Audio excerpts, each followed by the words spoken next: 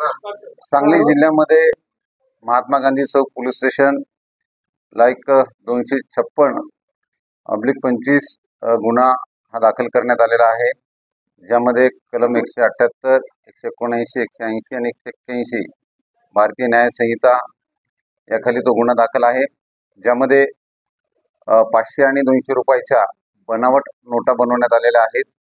यामध्ये महात्मा गांधी चौक पोलीस स्टेशनच्या प्रभारींनी आणि त्यांच्या टीमनं अतिशय मेहनतीनं हा बनावट नोटांचा व्यापार उघडकीस आणलेला आहे।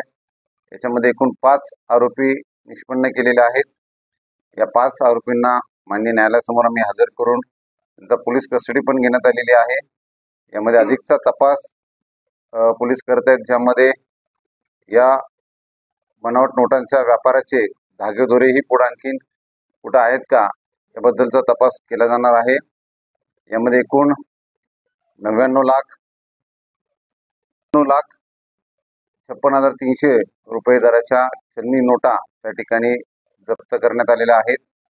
ज्या बनावट नोटा आहेत त्याचबरोबर इतर साहित्य, नोटा बनवण्याचं जे साहित्य आहे आणि एक विना नंबर प्लेटची इनोवा गाडी ही सुद्धा जप्त करण्यात आलेली आहे।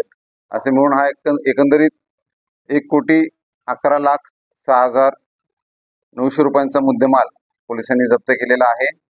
आणि मला विश्वास आहे की ज्या नजीकच्या काळामध्ये स्थानिक स्वराज्य संस्थांच्या निवडणुका लागू शकतात, त्याकरिता ही अत्यंत प्रभावी आणि महत्त्वाची कारवाई या ठिकाणी करण्यात आलेली आहे।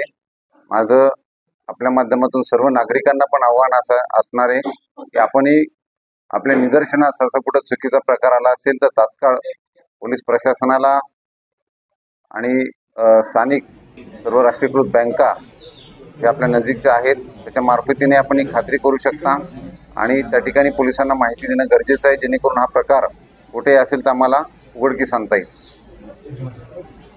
ज्या अधिकारी अंमलदारांनी त्या कारवाईमध्ये सहभाग घेतलेला आहे त्या सर्वांचं आम्ही कौतुक करतो। अतिशय चांगली कामगिरी या ठिकाणी करण्यात आलेली आहे आणि त्यांना योग्य तो रिवॉर्ड पण आम्ही बक्षीस पण त्या ठिकाणी स्वतः आमच्या स्तरावर देणार आहोत आणि आमच्या वरिष्ठांनाही ती शिफारस आम्ही करणार आहोत।